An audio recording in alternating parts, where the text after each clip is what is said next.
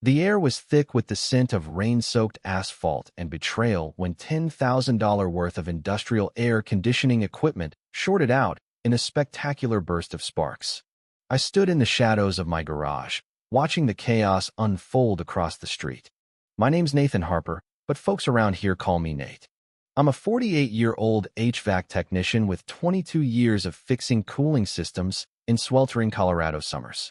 I'm the one who rigged the circuit that fried Lauren Bennett's shiny new AC unit, and I don't regret a second of it. For 8 months, my self-righteous neighbor had been siphoning my shop's power to cool her sprawling McMansion while preaching about sustainable living at every town hall.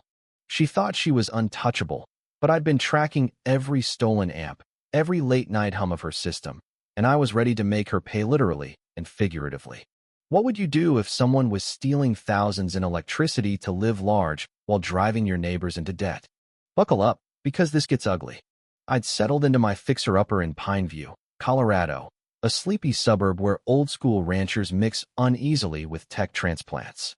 After a rough layoff from my last firm, I poured my savings into a small HVAC repair shop attached to my house, its walls lined with copper pipes and the faint hum of compressors. From 6 to 9 p.m., I'd be out there, tweaking units, the tang of refrigerant in the air, a cold beer sweating on my workbench.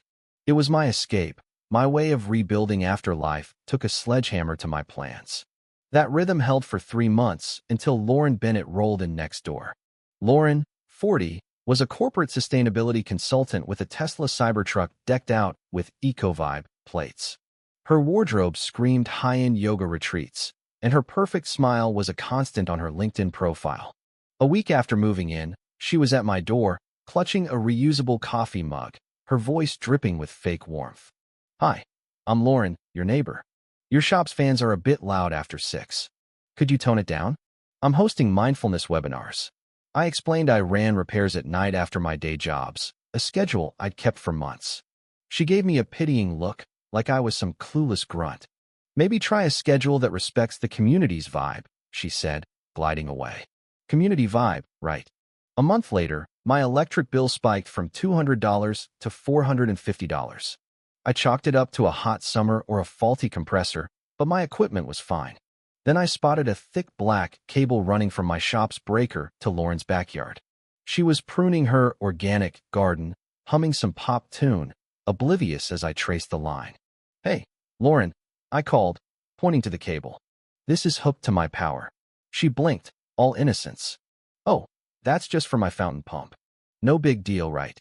A fountain pump pulling 200 amps? I told her to unplug it. Her smile turned icy. "It's probably $1 worth of power, Nate. Neighbors share, don't they?" When I insisted it was about principle, she yanked the cable with a theatrical sigh. "Fine, but don't expect an invite to the block party."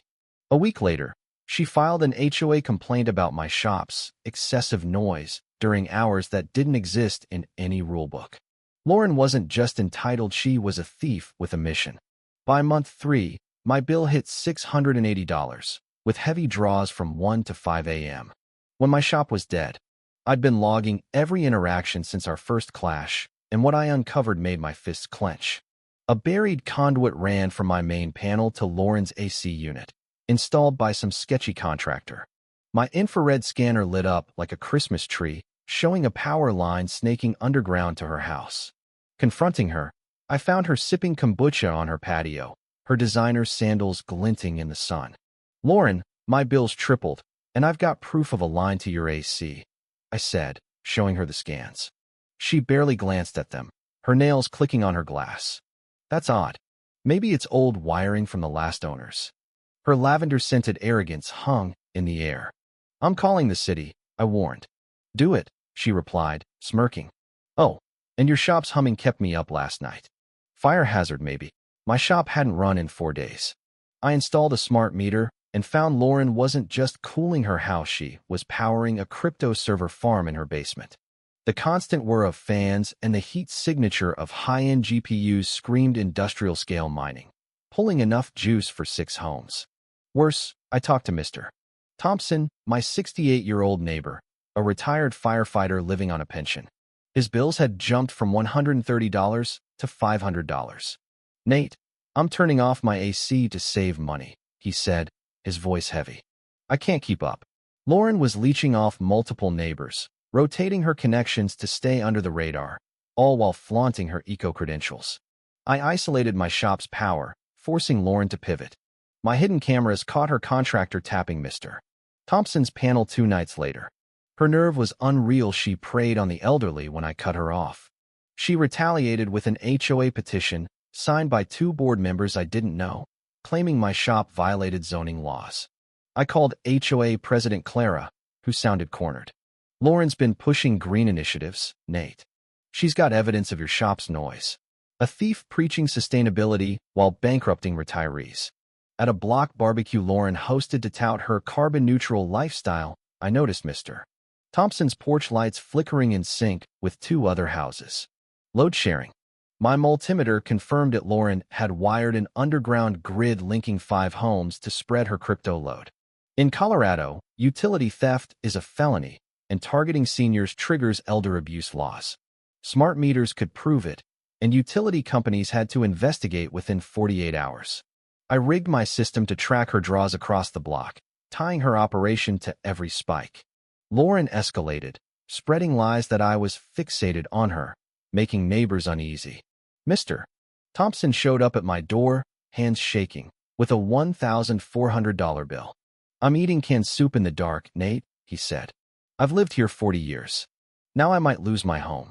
That night, in my shop's familiar hum of compressors and beer cans, I decided enough was enough. Lauren wanted a fight? I'd make her regret it. She went nuclear, filing a restraining order claiming I was harassing her. In court, I handed Judge Larson a binder of photos, logs, and statements proving Lauren initiated 90% of our contact. Ms. Bennett, your claims don't match this evidence, Larson said, his gavel looming. Her tearful act flopped, and her sworn denial of electrical work contradicted her server farm. Then I found her Cybertruck charging at Pineview Middle School during volunteer hours, stealing from public outlets, a federal crime. I tipped off the school's facilities team, knowing their systems logged every watt. Lauren countered with a city complaint, alleging I ran an illegal business. The inspector found my shop was a hobby space, but flagged Lauren's bizarre power usage. When Mr.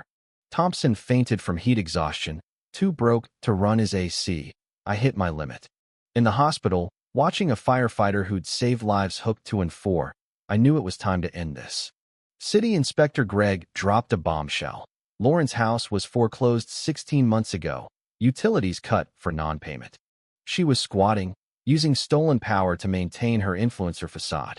Her HOA roll, car registration, even her job relied on this lie. Squatters stealing utilities face fraud, trespassing, and conspiracy charges. My crew buddy Mike, Mr. Thompson, and lawyer Emma planned the takedown. Emma confirmed Lauren's setup could trigger federal fraud charges. Mike suggested a surge protector in my panel to fry her equipment while recording her theft. Mr. Thompson gave us his bills as elder abuse evidence. We'd hit the utility company, bank, HOA, school, and FBI simultaneously. My trap let Lauren steal power briefly to capture video, then surged her AC and servers, protecting my system. Lauren tried to cut my meter at 1 a.m., caught on night vision cameras. She offered a $600 goodwill bribe the next morning, recorded. She spread rumors I was a creep, and her boyfriend Ethan parked his truck across my drive, flanked by gym bros. Back off, Nate, he growled, reeking of protein shakes. My phone caught it all. Then I found she'd tapped the fire station's grid, risking emergency systemsa terrorism-level offense. Fire Chief Rodriguez alerted the FBI, furious. Her final move was a police report claiming I'd made lewd advances. In the station, I gave Detective Patel a binder disproving her lies. Patel found Lauren had filed similar false claims in Oregon to silence utility theft whistleblowers. Her last act was trying to torch my shop with kerosene at 4 a.m., unaware my sprinklers and cameras were rolling. FBI agents arrested her for arson, terrorism, and fraud as she screamed about her ruined life. The HOA meeting was electric. 100 neighbors packed the Pineview Community Hall, cameras rolling, agents waiting. Lauren strutted in, all white blazer and fake tears. I projected her foreclosure records, showing she was a squatter. Murmurs grew as I played footage of her stealing from neighbors and the fire station. Mr. Thompson stood, voice cracking. She took $1,400 from me. I went hungry to pay her bills. Detective Patel cuffed her mid-meeting for theft, fraud, and terrorism. She endangered lives, Chief Rodriguez thundered. Lauren sobbed. I was just trying to rebuild. By robbing a firefighter? I snapped. The room roared as she was led away. Lauren got 20 months in federal prison, for years probation, and $72,000 in restitution. Her house was auctioned to a nurse couple. The Thompson Fund raised $15,000 for seniors. I became Pineview's HVAC go-to, my shop a hub. The HOA added transparency rules, and a safety fair now educates residents. Ethan lost his tech job and skipped town. Pineview turned Lauren's scam into a shield for the vulnerable. If you faced a neighbor like her, drop your story. Justice hits hard when it's this personal.